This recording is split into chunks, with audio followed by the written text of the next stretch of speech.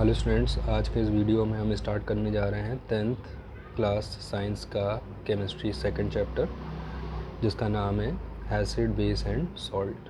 तो सबसे पहले हम जानेंगे एसिड के बारे में कि एसिड में ऐसी क्या क्या प्रॉपर्टीज़ हैं जिसके लिए हम इनको एसिड की कैटेगरी में लाते हैं।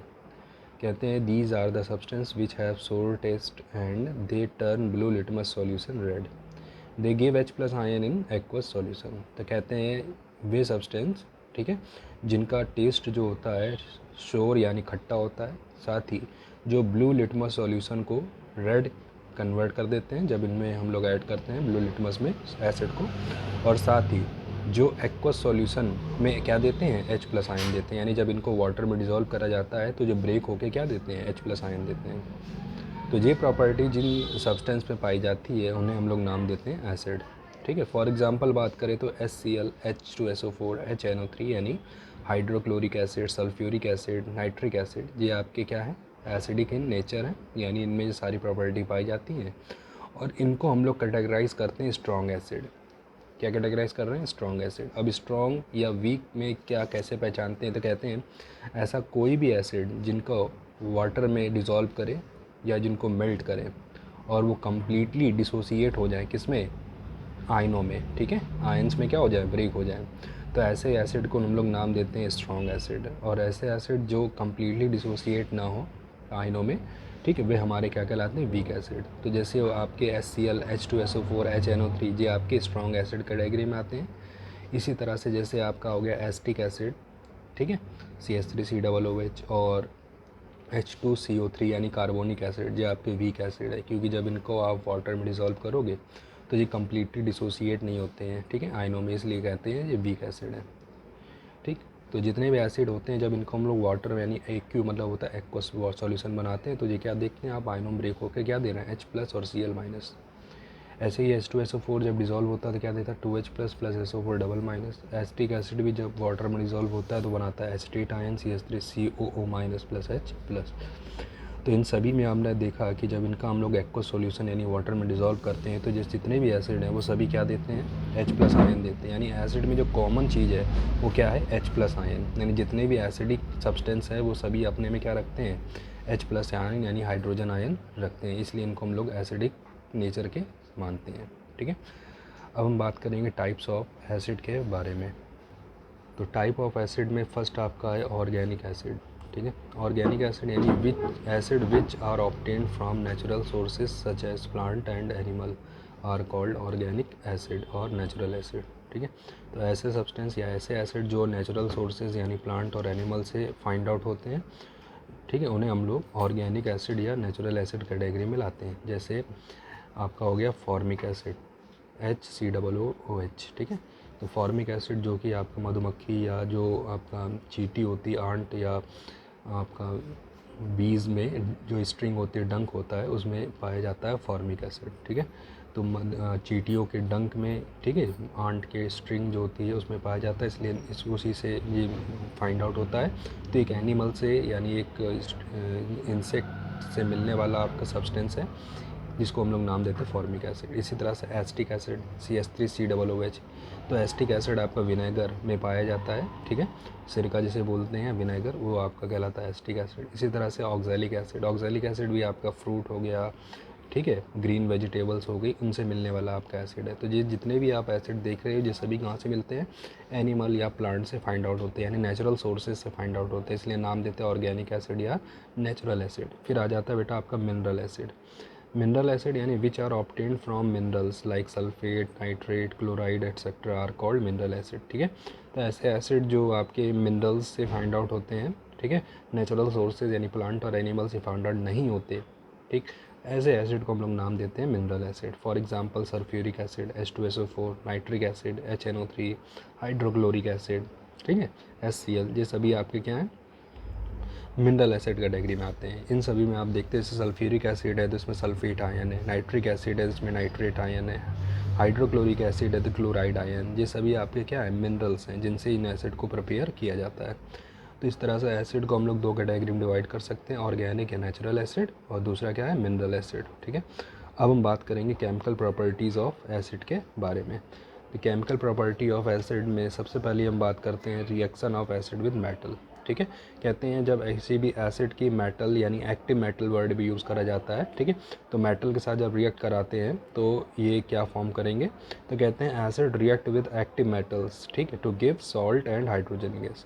तो एसिड जो होते हैं वो एक्टिव मेटल्स यानी ऐसे मेटल जो हाईली रिएक्टिव होते हैं, ईजिली रिएक्ट कर जाते हैं, ऐसे मेटल के साथ जब रिएक्ट करते हैं, जैसे आपका सोडियम हो गया, पोटेशियम हो गया, ठीक है, जिंक हो गया, ये सभी आपके एक्टिव मेटल कैटेगरी में आते हैं। तो जब भी इनको एसिड के कांटेक्ट में लाया जाता है यानी एसिड से रिएक्ट कराया जाता है, तो एसिड से रिएक्ट करते हैं और सॉल्ट प्लस हाइड्रोजन गैस को रिलीज़ करते हैं। तो जब भी हम किसी एक्टिव मेटल को एसिड के साथ कंबाइन करेंगे तो सॉल्ट प्लस हाइड्रोजन गैस को क्या करते हैं, प्रिपेयर करते हैं। फॉर एग्जांपल जैसे आपका जिंक है, जिंक को जैसे ही हमने HCl यानी हाइड्रोक्लोरिक एसिड के साथ रिएक्ट कराया तो रिएक्ट करके क्या बनेगा, जिंक जो होगा क्लोराइड आयन के साथ कंबाइन कर जाएगा, जिंक क्लोराइड बना देगा। जैसा कि कहा गया हाइड्रोजन गैस है, तो यहाँ से हाइड्रोजन गैस यानी H2 के फॉर्म में बाहर निकल जाती है। इसी तरह से जो आपका सोडियम मेटल है वो भी जब आपका सल्फ्यूरिक एसिड के साथ रिएक्ट करता है तो इसका सोडियम जो है यानी प्लस पार्ट जो है वो सल्फेट आयन के साथ कंबाइन कर जाता है और क्या बना देता है, सोडियम सल्फेट, और हाइड्रोजन गैस क्या होती है, रिलीज़ हो जाती है। तो इस तरह से आपने देखा कि जब भी किसी एसिड की किसी active metal sodium, potassium, zinc जैसे मेटल के साथ रिएक्शन कराई जाती है तो वो उसका रिस्पेक्टिव सॉल्ट बनाते हैं और हाइड्रोजन गैस को रिलीज़ करते हैं। अब हम कैसे कंफर्म करेंगे कि हमारी रिएक्शन में जब एक्टिव मेटल के साथ रिएक्शन हो रही है एसिड की, उसमें हाइड्रोजन गैस निकल रही है, ठीक है। तो इसके लिए यहाँ पर कुछ प्रैक्टिकल व्यू दिए गए हैं यानी कुछ मेथड बताए गए हैं जिनसे हम ये चीज़ कंफर्म कर सकते हैं। तो अब उन मेथड के बारे में जानते हैं। तो अब हम बात कर रहे हैं बेटा टेस्ट फॉर हाइड्रोजन गैस की, कि जब भी एसिड कोई एक्टिव मेटल से रिएक्ट करता है तो उसमें हाइड्रोजन गैस रिलीज़ होती है। इस चीज़ को कैसे कंफर्म करेंगे, तो कहते हैं the gas evolve after reaction of acid with metal can be tested by bringing a lighted candle near it. कहते हैं कि किसी भी रिएक्शन में जब हाइड्रोजन गैस निकलती है तो इस चीज़ को कंफर्म करने के लिए, या कह सकते हैं जब एसिड की मेटल के साथ रिएक्शन होती है तो उसमें हाइड्रोजन गैस निकल रही है, इस चीज़ को कंफर्म करने के लिए क्या करते हैं, एक जलती हुई कैंडल को हम उस टेस्ट ट्यूब या उस रिएक्शन के कांटेक्ट में लाते हैं या उसके पास लाते हैं। तो होता क्या है, कहते हैं if the gas burns with a pop sound then it confirm the evolution of hydrogen gas. Burning with pop sound is the characteristic test for hydrogen gas. कहते हैं कि जैसे ही हम कैंडल को हाइड्रोजन गैस के बम, ठीक है, यानी धूम यानी गैस के कांटेक्ट में लाते हैं, वैसे एक पॉप साउंड के साथ बर्निंग क्रिएट होती है। और ये पॉप साउंड आपका जो है वो हाइड्रोजन का बर्निंग की वजह से होता है, क्योंकि हाइड्रोजन जो गैस होती है वो हाईली रिएक्टिव होती है और जैसे ही वो आपकी फ्लेम के कांटेक्ट में आती है वैसे ही उसके साथ कंबाइन कर जाती है और जलने लगती है। और इसकी जलने का जो पावर होती है बहुत ही हाई होती है, इसलिए हमें इसमें पॉप साउंड के साथ क्रिएशन दिखाई देता है। तो अगर कहीं भी आपका हाइड्रोजन गैस निकल रही है तो इस चीज़ को कंफर्म करने के लिए जब हम उसके नियर आप कैंडल, जलती हुई कैंडल या फ्लेम को ले जाते हैं तो वो उसके साथ तुरंत रिएक्ट करती है और पॉप साउंड के साथ एक रिएक्शन होती है, ठीक है। इसी के थ्रू हम ये कंफर्म कर लेते हैं कि जो हमारी रिएक्शन है उसमें क्या हाइड्रोजन गैस रिलीज़ हो रही है, ठीक है। सेकंड आ जाता है बेटा reaction with acid, reaction of acid with metal carbonate. अगर हम किसी एसिड की रिएक्शन मेटल्स कार्बोनेट यानी सोडियम कार्बोनेट, पोटेशियम कार्बोनेट के साथ कराएं तो उसमें क्या होता है, तो कहते हैं acid react with metal carbonate to give salt, water and CO2 gas. तो जब भी कोई एसिड मेटल कार्बोनेट्स के साथ रिएक्ट करता है तो उस रिएक्शन में क्या क्या बनाता है, सॉल्ट बनाता है, वाटर बनाता है और साथ में क्या रिलीज़ करता है, कार्बन डाइऑक्साइड गैस रिलीज़ करता है। जैसे मेटल कार्बोनेट को जब हम लोग एसिड के कॉन्टेक्ट में लाए तो जिससे रिएक्ट करेगा क्या क्या बनाएगा, सॉल्ट बनाएगा, water plus carbon dioxide gas release कर देगा। तो जैसे हमने क्या करा, सोडियम कार्बोनेट ले लिया, सोडियम मेटल होता है और उसका कार्बोनेट सॉल्ट है आपका। तो सोडियम कार्बोनेट को जब हमने क्या करा, हमने HCl हाइड्रोक्लोरिक एसिड के कांटेक्ट में लाए तो इसके साथ रिएक्शन करेगा, Na है, Na प्लस है तो Cl माइनस के साथ कंबाइन कर जाएगा, क्या बना देगा 2NaCl, साथ में क्या निकलेगा वाटर यानी H2 और क्या निकल जाएगी CO2।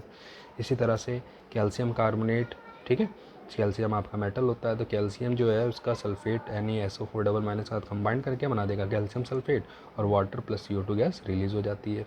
इसी तरह से सोडियम कार्बोनेट को जब HNO3 के साथ रिएक्ट कराते हैं तो सोडियम नाइट्रेट बन जाता है Na और NO3 माइनस, तो सोडियम नाइट्रेट बन जाता है, water plus CO2 gas release हो जाती है। तो इसमें आपने क्या देखा, जब भी कोई एसिड किसी मेटल कार्बोनेट के साथ क्या कर रहा है, कंबाइन कर रहा है, ठीक है, तो वो क्या फॉर्मेशन करेगा, सॉल्ट और वाटर का फॉर्मेशन करता है, ठीक है। तो ये था एसिड का मेटल कार्बोनेट के साथ रिएक्शन। अब बढ़ते हैं नेक्स्ट रिएक्शन की तरफ। Reaction of acid with metal hydrogen carbonate या बाइकार्बोनेट। कहते हैं जब एसिड की रिएक्शन मेटल हाइड्रोजन कार्बोनेट या मेटल बाइकार्बोनेट के साथ कराई जाती है तो क्या होता है, तो यहाँ पर भी वही सेम रिएक्शन है जो आपकी मेटल कार्बोनेट के साथ थी, वैसे ही आपका मेटल हाइड्रोजन कार्बोनेट भी रिएक्शन देता है। तो कहते हैं acid react with metal hydrogen carbonate या bicarbonate to give salt water and CO2 gas. Same reaction है जैसी आपकी मेटल कार्बोनेट की थी वैसे ही मेटल हाइड्रोजन कार्बोनेट की होती है। तो यहाँ पर क्या करते हैं, एसिड को जैसे मेटल हाइड्रोजन कार्बोनेट के कांटेक्ट में लाते हैं वैसे ही क्या बनता है, salt plus water plus CO2 gas release हो जाती है। यानी हमने यहाँ पर ले लिया NaHCO3 सोडियम हाइड्रोजन कार्बोनेट, ठीक है, जिसको हम लोग बेकिंग पाउडर के नाम से भी जानते हैं। तो सोडियम हाइड्रोजन कार्बोनेट जैसे सल्फ्यूरिक एसिड के कांटेक्ट में आता है तुरंत उसके साथ रिएक्ट कर जाता है और इसका जो Na पार्ट है वो इसके Cl तो जिसका जो Na प्लस पार्ट है वो क्या करता है, इस सल्फेट के साथ कंबाइन कर जाता है और क्या बन जाता है, सोडियम सल्फेट। साथ ही दो हाइड्रोजन जो हैं वो इसके CO2 जब CO3 जब टूटता है तो CO2 बनता है, साथ में ऑक्सीजन निकलते हैं, ऑक्सीजन के साथ कंबाइन कर जाता है और H2O निकल जाता है। साथ ही आपका अब क्या बच जाता है, H2O प्लस बचता है आपका CO2, तो CO2 गैस भी रिलीज़ हो जाती है। तो यहाँ पर आपने क्या देखा कि जब भी मेटल बाइकार्बोनेट की भी रिएक्शन अगर एसिड के साथ कराई जाती है तो उसमें भी आपका सॉल्ट बनता है, ठीक, साथ में CO2 gas plus water release हो जाते हैं। और यहाँ पर आप रिएक्शन को बैलेंस कर सकते हैं, यहाँ पर 2 वाटर मॉलिक्यूल निकल जाते हैं और 2 मॉलिक्यूल ऑफ CO2 गैस भी रिलीज़ होती है। तो जब मेटल कार्बोनेट और मेटल बाइकार्बोनेट के साथ रिएक्शन थी, ठीक है। अब इस चीज़ को कैसे कंफर्म करोगे कि जो हमारी रिएक्शन है उसमें आपकी CO2 गैस रिलीज़ हो रही है, ठीक है। तो इसके लिए क्या करते हैं, test for evolution of CO2 gas. तो किसी भी केमिकल रिएक्शन में CO2 गैस रिलीज़ हो रही है तो इस चीज़ को कन्फर्म करने के लिए हम लोग क्या करते हैं, तो कहते हैं कि carbon dioxide turn lime water milky when passed through it. जो आपका चूने का बना हुआ पानी होता है, यानी चूने को जब पानी में घोल देते हैं तो उससे जो सॉल्यूशन बनता है फिल्टर करने के बाद उसको बोलते हैं लाइम वाटर, यानी चूने का पानी। तो कहते हैं जब भी कार्बन डाइऑक्साइड को लाइम वाटर के कांटेक्ट में लाते हैं, ठीक है, तो वो लाइम वाटर को क्या करता है, मिल्कनेस क्रिएट कर देता है, यानी मिल्की कलर हो जाता है। वैसे तो आपका ट्रांसपेरेंट यानी हल्का सा होता है और वो जैसे ही वो CO2 कांटेक्ट में आता है उसका कलर जो होता है मिल्की हो जाता है, ठीक है।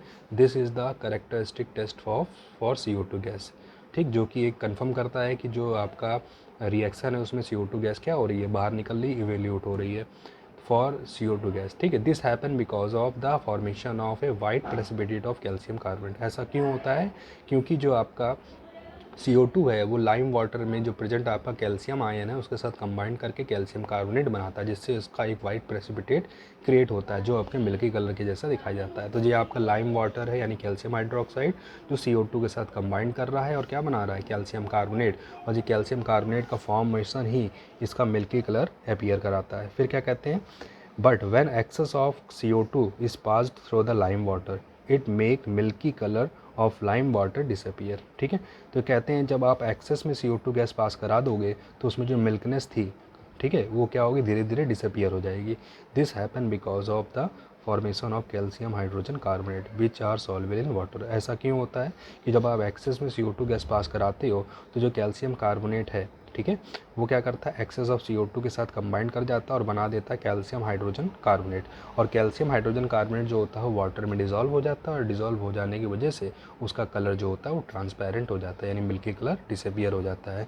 तो जैसे ही calcium carbonate CO2 plus water यानी CO2 के एक्सेस में आता है वैसे क्या बना देता है, कैल्शियम हाइड्रोजन कार्बोनेट या कैल्शियम बाइकार्बोनेट, जिसकी वजह से उसका जो कलर है होता है वो डिसअपियर हो जाता है। तो ये एक टेस्ट था जिसके थ्रू आप ये कंफर्म कर सकते हो कि रिएक्शन में CO2 गैस निकल रही है या नहीं निकल रही है, ठीक है। तो ये कुछ एसिड के साथ होने वाली रिएक्शंस थी, ठीक है। और भी रिएक्शंस हैं जिनको हम लोग नेक्स्ट वीडियो में देखेंगे, ठीक है। तो इस वीडियो में इतना ही।